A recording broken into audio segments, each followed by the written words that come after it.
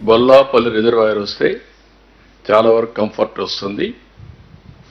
అక్కడి నుంచి నేరుగా బనకచెర్ల మూడో బిట్ కింద, అది బనకచెర్లకి నేరుగా పక్కనే తీసుకెళ్ళి వెలుగొండ ఇరిగేషన్ కూడా నీళ్ళు ఇచ్చే పరిస్థితి వస్తుంది. అక్కడి నుంచి బనకచెర్ల తీసుకెళ్ళచ్చు. ఇంకొక పక్క ఇక్కడి నుంచి నేరుగా విశాఖపట్నం, అక్కడి నుంచి ఉత్తరాంధ్ర సుజల స్రవంతి, వంశధార. ఇది కూడా 2-వే ప్రాజెక్ట్. ఇది ఈ రెండు కానీ ప్రాపర్గా మనం చేసుకోగలిగితే రాష్ట్రంలో అన్ని జిల్లాలు కవర్ అవుతాయి. శ్రీకాకుళం నుంచి అటు ఓల్డ్ కర్నూలు కానీ కింద వరకు నెల్లూరు వచ్చి తిరుపతి వరకు వెళ్ళే పరిస్థితి వస్తుంది. ఇంకా నీటి సమస్య అనేది ఉండదు.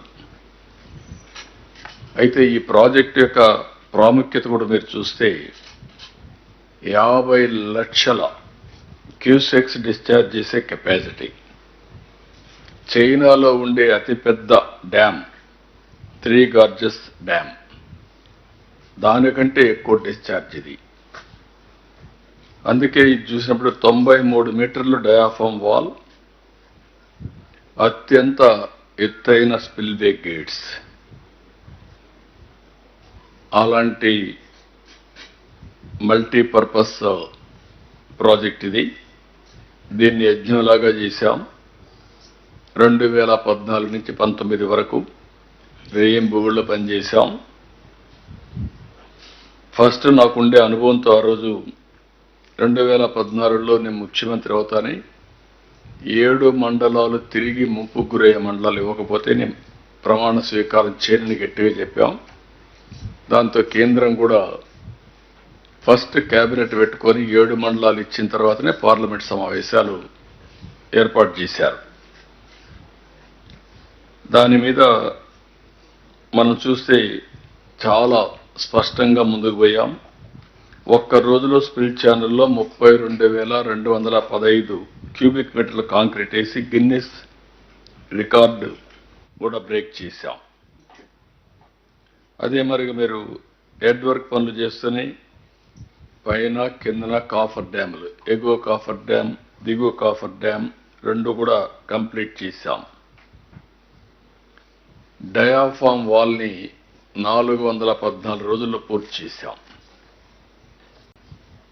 ఇంకొక పక్కన 2 కిలోమీటర్ల పొడవుతో దాదాపు 100 మీటర్ల డయాఫామ్ వాల్ కూడా నిర్మాణానికి శ్రీకారం చుట్టాం. ఆ పనులన్నీ జర్మన్ కంపెనీ బావర్ ఆ రోజు పూర్తి చేసే పరిస్థితికి వచ్చారు. స్పిల్వే గేట్స్ డిజైన్స్ అన్ని సిద్ధం చేసి గేట్లు కూడా అమర్చాం. అదే మరిగా ప్రతి ఒక్క పని కూడా పిపిఏ, సెంట్రల్ వాటర్ కమిషన్ వాళ్ళు ఆమోదిస్తూ వచ్చారు. అన్నీ కూడా చేసి 72% వర్కులు పూర్తి చేశాం. 28 సార్లు నేను క్షేత్రస్థాయికి వచ్చాను. 82 సార్లు వర్చువల్గా సమీక్షలు చేశాను. సోమవారాన్ని పోలవరంగా చేసుకొని సమీక్షలు చేశాం. ఇన్ని చేస్తే గడిచిన ప్రభుత్వం 2019 రావడం, 19లోనే వస్తానే ఆర్డర్స్ ఇష్యూ చేశారు. పోలవరం కాంట్రాక్టర్ని మారుస్తున్నామని. బలవంతంగా జూలై 29, 2019లో నోటీసులు ఇచ్చి సైట్ నుంచి వెళ్ళిపోవాలని చెప్పి ఆదేశాలు ఇచ్చారు.